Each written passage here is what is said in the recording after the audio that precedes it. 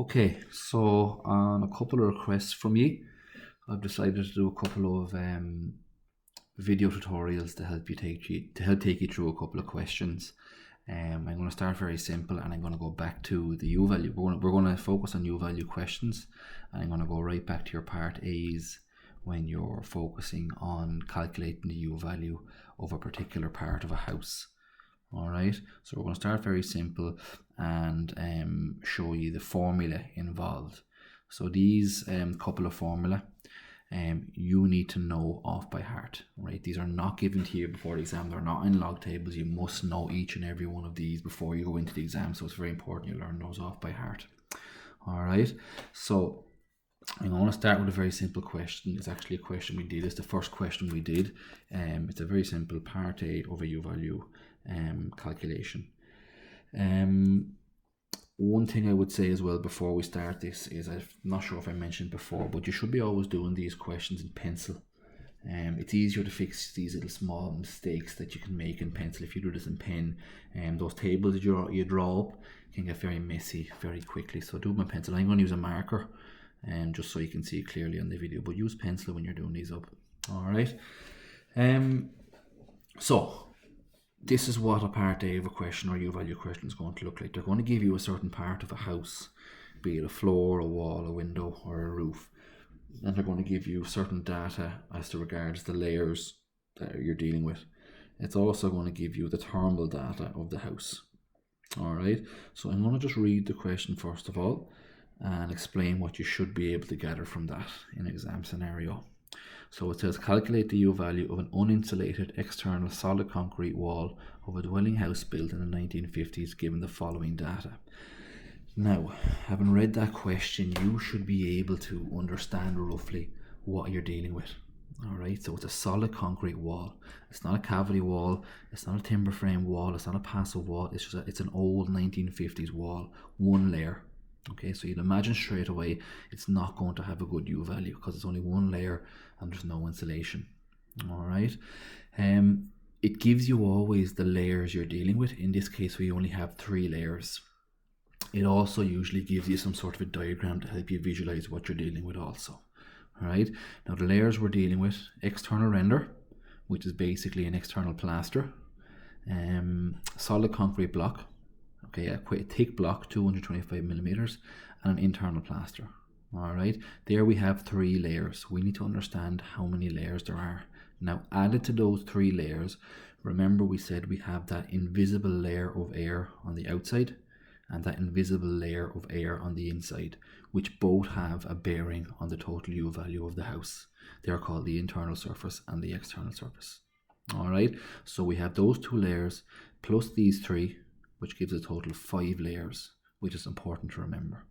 Okay, another thing to note, they always give those sizes in millimeters, but we have to put those into our table in meters.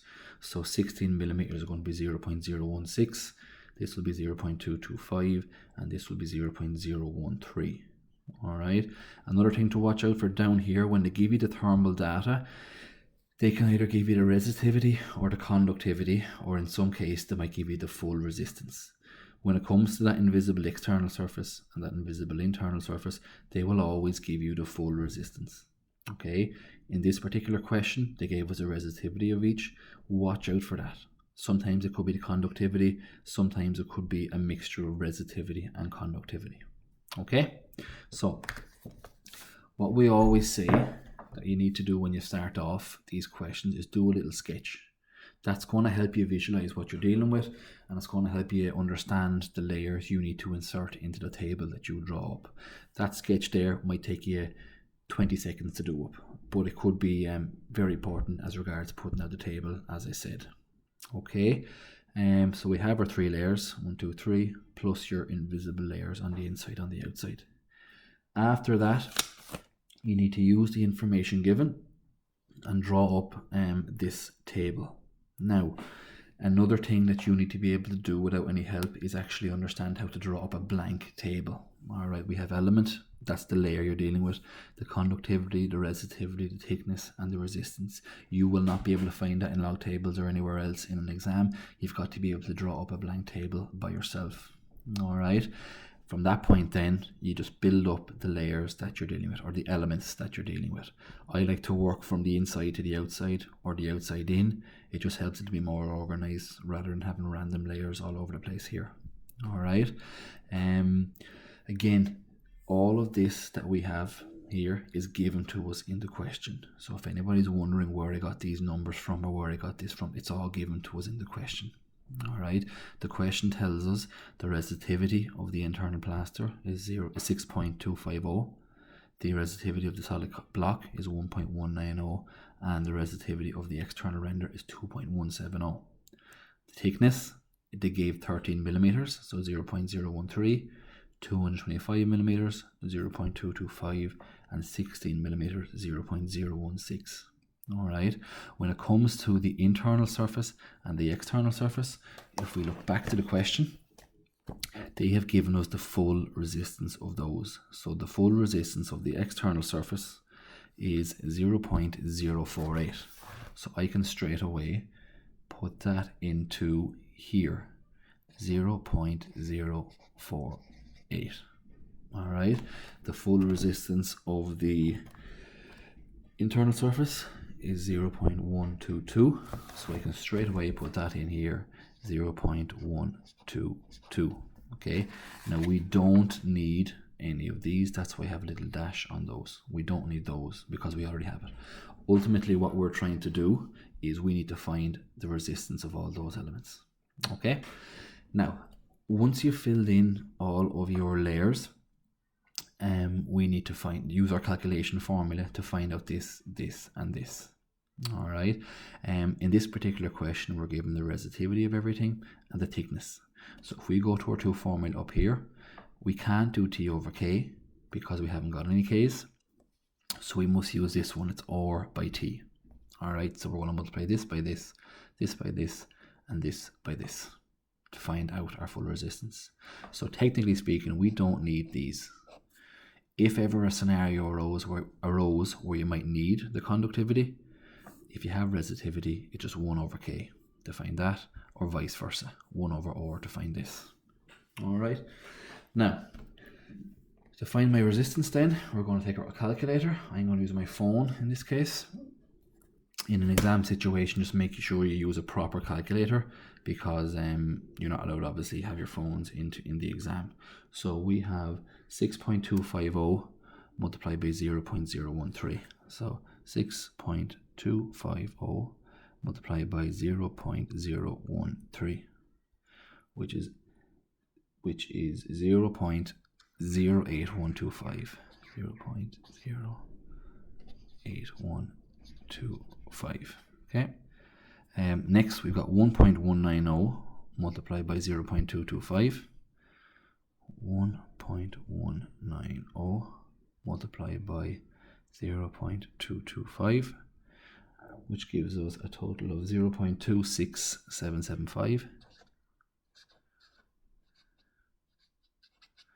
Okay, and the last one is 2.170 multiplied by 0.016. 2.170 multiplied by 0.016. Again, watch out for all those zeros. It's very easy to leave something out or put a decimal point in the wrong way. It's happened to pretty much all of us at some point already. So 0.03472. Okay, now at this point we've completed this full column here, so we have the total resistance for all of those layers of that wall. It's now just a case of finding that total resistance, so we must add up all of these layers here. All right, so we have 0.122 plus 0.08125 plus 0.26775 plus 0.03472 plus 0.048, which gives us a total resistance of 0.55372. So 0.55372. 0.5532. And as I said, just be careful when you're filling out all those numbers. One little slip and you can go in, you can get a massively different result. Okay, so at this point we have our total resistance here. The formula to find the actual U value is 1 over T. That T there stands for total, so it's 1 over total resistance. Alright, so it's 1 divided by total resistance. So all I have to do then, so that basically equals 1 over 0.55372.